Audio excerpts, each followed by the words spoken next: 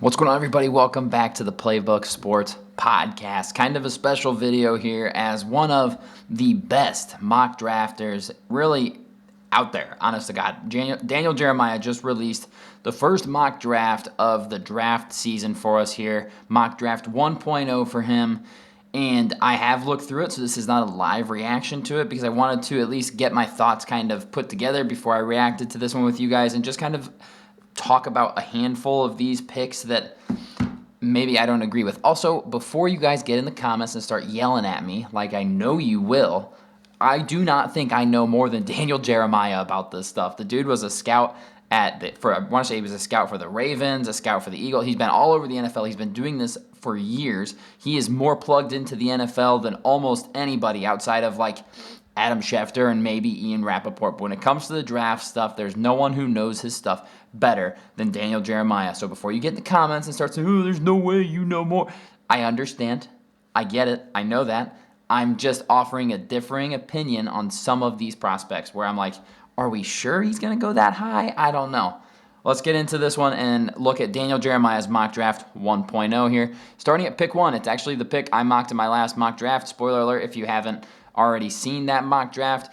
Like he says exactly what I said in my video. As soon as they said we will not pass on a generational talent with the first pick, it's not Cam Ward, it's not Shedeur Sanders. Neither of them are generational.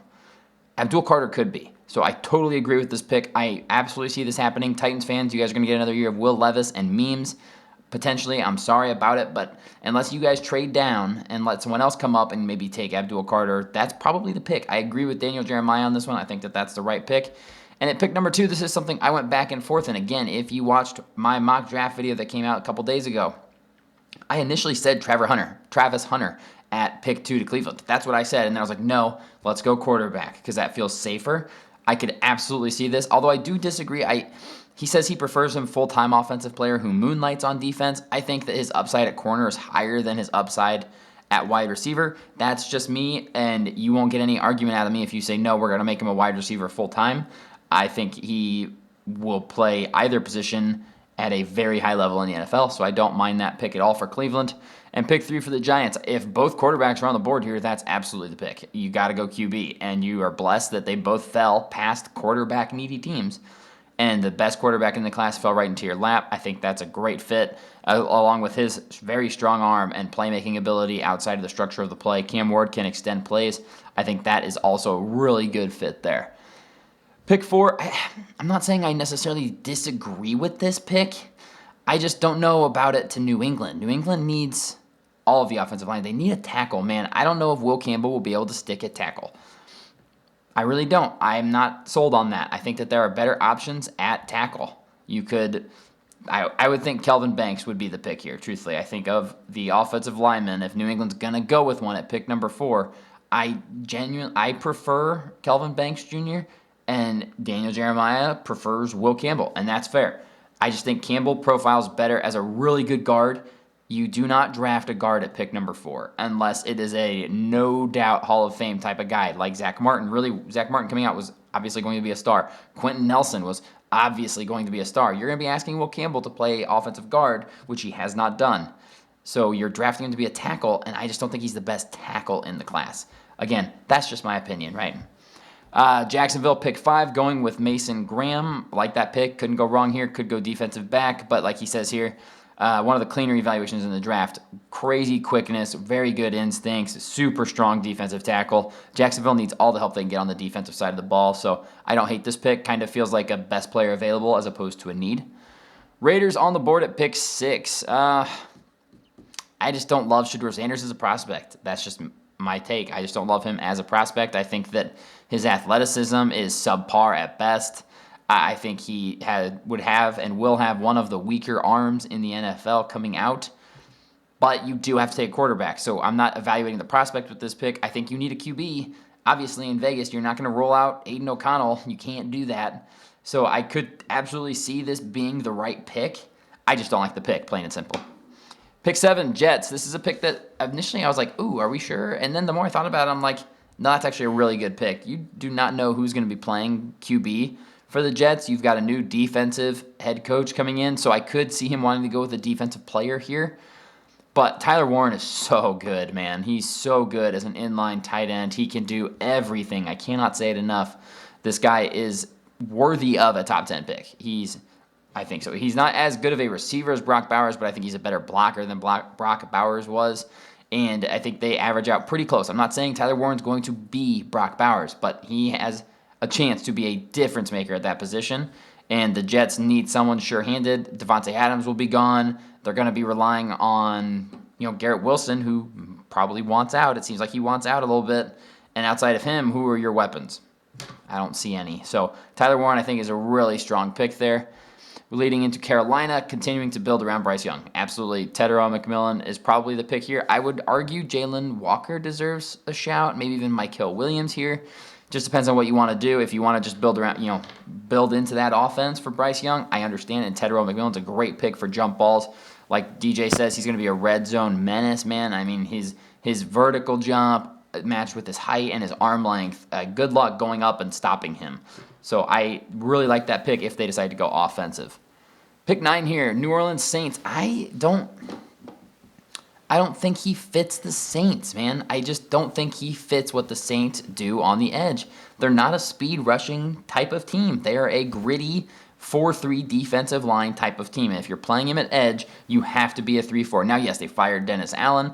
They're still without a head coach. Maybe it's Anthony Weaver, which would make me really sad because I like him in Miami a lot. But even so, I just don't like this fit as it stands right now. I could be wrong, and they may end up going with the Georgia edge, who does have all of the tools in the world. He's just a raw type of prospect. Similar to like a Tyree Wilson, who we saw a couple years ago. Everyone's like, oh, maybe this guy should go before Will Anderson because of his tools. It's like, no. Give me the proven product. I would like James Pierce here. And you'll see where James Pierce goes in this mock draft has me absolutely stunned. But I would prefer James Pierce with this pick. I think he'd be a better fit. I just don't think Mykel Williams is a great fit for that defense. Pick 10. This is one of the first kind of surprise picks for me that he's this high. Tyler Booker, guard out of Alabama. I do think he's a safe pick. Guards are typically a pretty safe pick. Their tape's easier to evaluate. Can they anchor? Can they move guys in the run? And he checks those boxes. I just think you are then absolutely committing to Braxton Jones at left tackle and Darnell Wright at right tackle, which is the smart decision in my opinion. And maybe you save money by getting Tyler Booker instead of paying for Trey Smith. I would so much rather pay for Trey Smith and draft someone like Kelvin Banks here. And then you have Banks who can play tackle. Tyler Booker's a guard. He's never going to be your swing tackle. What happens if Darnell Wright goes down? Who do you have to back him up? Who is your next plan? That's what I love about Kelvin Banks is I think that guards, you can get big guys in there. Now, as a Dolphins fan, I can't talk because we trotted out two of the worst guards in the entire NFL this past season, but the value here at pick 10 is just not there for a guard. I just do not like this value. I know Jeremiah is plugged in, man, so maybe he thinks that this is a spot for him. I've liked Tyler Booker in the low 20s, but not at pick 10. Pick 10 feels rich. Pick 11 makes me sad because I want this guy to fall a couple more spots here, but I love Armand Membo. I really like this pick too. He does have him as an interior offensive lineman, but like he says, could play tackle if needed. Absolutely agree. Just a little short for a tackle. He's only 6'3", but he's got good arm length for being 6'3", and he is very technically sound, and he is nasty, man. I cannot say it enough. He is a bully on the offensive line. Love Armand Membo. Pick 12, Dallas Cowboys. Yeah, Colin, sorry, buddy. It's Ashton Jeanty until proven otherwise at this point. I know Brian Schottenheimer just became the new head coach over there. It doesn't matter. It's Ashton Jeanty. You need a running back. He's awesome. That's the pick. That's the pick, man. I'm so sorry. Pick 13, Miami Dolphins, getting a guy I would love to have fall to them, Kelvin Banks Jr. So I am A-okay if the draft plays out like this. If Kelvin Banks Jr. falls into Miami's lap at pick number 13, yes, please. That's the type of guy I think Chicago should be targeting, a guy that can play tackle or guard and could likely play both of those positions at a really high level. I love the pick for Miami there. Yes, please. Yes, please. Pick 14. Now I'm going to scroll in just a touch to get 15 involved in this one. This one confused me. This is probably the second most confusing pick for me of all of them, taking Jahdae Barron over Will Johnson, who goes the pick later at pick 15 to Atlanta. I understand, you'll see buzz around Barron continue to grow. He was great at Texas. He won the Jim Thorpe Defensive Back of the Year award in college. Very quick, good ball skills. Saw some awesome interceptions on him when I was watching some of his tape. But he's not better than Will Johnson. Just pound for pound, straight up talent-wise, Will Johnson is a better player. And then you look at the Colts roster. They've got a good slot corner, nickel corner in Kenny Moore.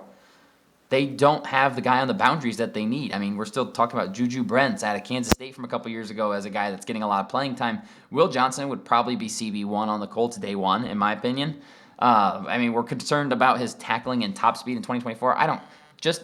Sauce Gardner can't tackle either. You think the Jets regret taking him? No, they certainly do not. And since the Colts need a boundary corner, there's not a better boundary corner than Will Johnson in this class. Yeah, maybe Travis Hunter, if you want to argue that. I understand, but Will Johnson as a pure corner is the best boundary corner in this class. I just can't see the Colts passing on him to take Jahdae Barron. I would be stunned if they pulled that move. That would be probably one of the shocks of the draft for me. Moving on, 16 and 17. I don't mind either of these picks. I think Jalen Walker's a great playmaker for the Arizona Cardinals defense. A little undersized as an edge rusher, but can play stand-up linebacker if you want him to also. I like that fit for Arizona a lot, and Jonathan Gannon's defense, just kind of a do-it-all linebacker type. Love that. And then I don't mind Walter Nolan for the Al Golden defense here. You need defensive linemen. You're probably going to lose Trey Hendrickson. I would argue defensive end might be a little bit more important, but the trenches for Cincinnati just overall this past season were very poor. You've got to start somewhere. I think Walter Nolan is someone who's going to continue to climb up draft boards. Man, I frequently mock him a little bit later in the draft, like to the Bills. There's no way he's going to be there, in my opinion. It's just sometimes that's how the board falls, but I think he will go a lot higher than people expect him to. Pick 18 here. Seattle Seahawks taking defensive tackle Kenneth Grant a year after taking Byron Murphy the second there. Yeah, Jaron Reed and Jonathan Hankins are headed free agency, but you've still got guys like Leonard Williams and Byron Murphy, and I know Leonard Williams is getting older. I just don't think Kenneth Grant is as good as Byron Murphy, and I don't think he's worth the 18th pick here when you still have all of the offensive linemen on the board that you could really go after, man. You're going to need offensive linemen. And there's several on the board here. But he is a defensive head coach, and Mike McDonald. I don't hate this pick. I don't hate it. It's just interesting to me. I don't love it. I don't hate it. And then Tampa Bay going with Jihad Campbell. He is the best. If Jalen Walker's not going to be an interior linebacker, if he's going to rush the passer mostly, then Jihad Campbell's the best linebacker. He's a leader on the defense. He's a very, very good off-ball linebacker. He flies all around the field. He has got awesome sideline-to-sideline speed. Big fan of Jihad Campbell, and I like that fit. Pick 20, another shock for me, man. I like Nick Emmanwori. Also, that South Carolina defense was nasty when you look at all the players that they had. Emmanwori's good. He's got really good size. He's like 6'3", 220. I understand the Derwin James comp. I just think that if Emeka Egbuka, Matthew Golden, and even Colston Loveland are all on the board here, you got to take a shot on one of them. Or even Malachi Starks. I like Malachi Starks as safety one in this class. I like him more than Nick Emmanwori. I was surprised by this pick, but it could happen. I could see that. Pittsburgh, pick 21, going with Matthew Golden. I don't want to go with Golden over Emeka Egbuka. Why are we down on Emeka Egbuka, guys? What's the problem here? Did we not see him in the national championship game getting open constantly, producing crazy stats, even as a number 2 receiver, because he's always playing next to generational wide receivers? Egbuka's a better route runner than Matthew Golden is, and he's got just as good. I mean, he's just a better prospect. The fact that Egbuka and Luther Burden's still on the board as well, absolutely no way is Matthew Golden the second true wide receiver taken here after Tetairoa McMillan, because you can argue Travis Hunter playing both ways, but just a wide receiver, Golden's the second one off the board over Burden and Egbuka. No chance. No way is Golden better than them, in my opinion. Chargers on the clock here going Colston Loveland. I'm pretty sure I had that in my last mock draft as well.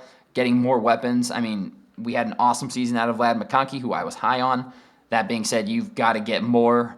And Luther Burden wouldn't be a bad shout here. I would not hate that pick at all. But I also really like Colston Loveland as a pass-catching tight end who is better blocker than people give him credit for, and he also knows the coaching staff too. I mean, you cannot ignore the Michigan connection. Harbaugh's going to do it when he can. We saw it last year with several Michigan picks. So I like Colston Loveland here a lot. 23, Green Bay going with Shamar Stewart, defensive line out of Texas A&M. And he's right. I said it in my last mock draft. The Packers, they don't draft on the offensive side of the ball in the first round. They don't draft weapons. They just assume we can make this work. Again, though, Luther Burden and Emeka Egbuka are on the board. How do you not take them in this spot? Shamar Stewart has awesome size for an edge. I don't even know if I'd consider him as an edge. He's like 290, so he'd have to slim down if he's going to play edge. He could be an interior edge in a 3-4. I could see that, but he does fit what the Packers like to do in the first round. So this is probably the smart mock draft. It's just how long are they going to do this? How long are Packers going to do this where they're just like, no, we will not get you a weapon. Figure it out. And it's like, guys, please. They played with nobody. I mean, the ghost of Jordy Nelson was playing in their playoff game this past year when everyone else was hurt. You've got to get a weapon here. Pick 24, Minnesota with the steal, maybe the steal of the draft. There's one more later. But Malachi Starks at pick 24 is insane. This guy is an absolute dog. We're really going to give him to Brian Flores, imagine he signs Javon Holland and then drafts Malachi Starks, and there's your state. Oh, what a safety tandem we would have in Minnesota. Whew. That'd be sickening. Malachi Starks has no business being available this late in the first round. Absolutely not. He could go. He's one of the 5 or 6 best players in the entire draft. 24? No way.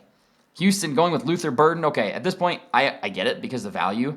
You need interior offensive linemen so bad because we all saw what the Chiefs defensive line just did to them in the playoffs. But Luther Burden has no business being on the board at pick 25. None at all. So I agree with the comp of Stephon Diggs. The Texans have Nico Collins. They have Tank Dell. You throw in Luther Burden, and you've got a really, really good trio of wide receivers. Just a damn shame that C.J. Stroud will never be able to get them the ball because he's getting sacked immediately. 26, Rams going with Josh Conerly Jr. I might have had this in my mock draft as well. I love Josh Conerly Jr. as a tackle. They're getting old on the tackle at the tackle position. You've got to make a move. And they, like he said, they poured all of their resources, spelled poured wrong. That's okay. Just dumped a ton of resources into the defensive line. Now time to address the other side and go with a guy like Josh Conerly Jr., who is so agile and would really play well in the Sean McVay scheme. So I love that pick. Baltimore here, kind of a surpriser, going with Azarai Thomas, corner out of Florida State. Very similar to Nate Wiggins, honestly. Smooth, fluid athlete, bigger, long boundary corner. Over Benjamin Morrison, that one surprises me a little bit. Florida State does have some really good defensive backs every single year. They're just guys flying under the radar like Jerry and Jones last year. I don't think I'm ready to put Azarai Thomas in my first round yet. And definitely not for the Ravens, who need also to address offensive line. There's so many good offensive linemen still available. It's driving me nuts. Baltimore should take an offensive lineman here. Could see them maybe going with Emeka Egbuka, who's still there. Pair him up with Zay Flowers. That'd be kind of fun. But I don't hate Azarai Thomas. I just think Benjamin Morrison's better, personally. So I don't know about that one. 28, Mike Green out of Marshall. I like this pick. Aiden Hutchinson and him both off the edge. I prefer Jack Sawyer just because Detroit Lions fans hate it, and it's funny to me because I think Jack Sawyer is really good. But Mike Green was 17 sacks at Marshall. I know it was at Marshall. I don't care. He deserves this spot. He is really, really good, and he's just a guy that, no, he's not the most toolsy, but he's going to get you sacks. He's going to get you 8 to 10 sacks his first couple of years, and he might even explode and get that much better. So I like this pick a lot. Pick 29, Washington Commanders, going with Josh Simmons. Someone in my comment section not that long ago said I don't know ball because Josh Simmons, there's no way he gets out of the top 10. You should probably give old Daniel Jeremiah a phone call then and let him know that he doesn't know ball, buddy. I think Josh Simmons is awesome, but you cannot ignore the injury, and that drops people down the board. And Washington gets an absolute steal here. I think Josh Simmons, if he was healthy the entire season, top 10 pick, top 15 pick. He wasn't. He missed time. That's huge. I think he is a stud, and Washington gets an absolute steal here to protect Jaden Daniels, like Jeremiah said. Pick 30, Buffalo Bills go Derek Harmon, defensive tackle out of Oregon. Love this pick. I keep giving them a defensive tackle. It's typically Walter Nolan. In this case, he isn't there, so they go with a guy like Derek Harmon. Really like that pick for Buffalo. 31, Philadelphia going with T.J. Sanders, defensive tackle. Yeah, I don't know if T.J. Sanders is a first-round guy. He could be. I think they go edge. I think there's a handful of edge players that they could go with, but they're going to draft. Spoiler alert, they're going to draft defensive line or offensive line. That's just what they do. So T.J. Sanders makes sense. He fits that bill. I could see them going edge rusher or DT. Honestly, I don't hate that pick. And then the steal of the draft. Steal of the draft. Are you guys kidding me? We're going to go James Pierce. Why don't we just put Jared Verse on that team too? Because that's who this guy is.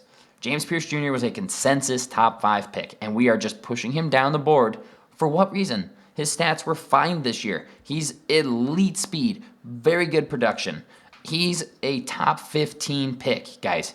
I don't know why we're pushing him down so far. Why would we let the damn Chiefs get him so he can rush the passer on the other side of George Karlaftis and have Chris Jones in the middle and just wreak freaking havoc? Why would we do that to ourselves? Why let him fall?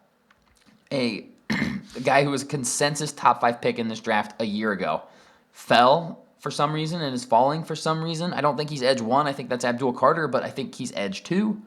I think there's a very good argument for edge 2, and we're going to let edge 2 go to Kansas City? That seems silly. I like Kansas City to take an offensive tackle. They desperately need a left tackle still. But man, if James Pierce is still there, love that pick for them. So that's what I think about Daniel Jeremiah's mock draft. Again, for those of you who skipped the intro, I don't know more than Daniel Jeremiah. I'm not going to pretend to. He's probably the second biggest mock draft guy on the internet, just a little after me. So I get you guys are going to want to say, you don't know any more than him. Again, it's just my opinion on these players and where I think would be better, maybe some better fits and certain prospects ahead of other prospects based on that team. So let me know what you guys think in the comments about DJ's draft. Let me know if you love the pick he made for your team or if you hate the pick that he made for your team and what you think about it. So I look forward to hearing from that, and we'll see you guys in the next one.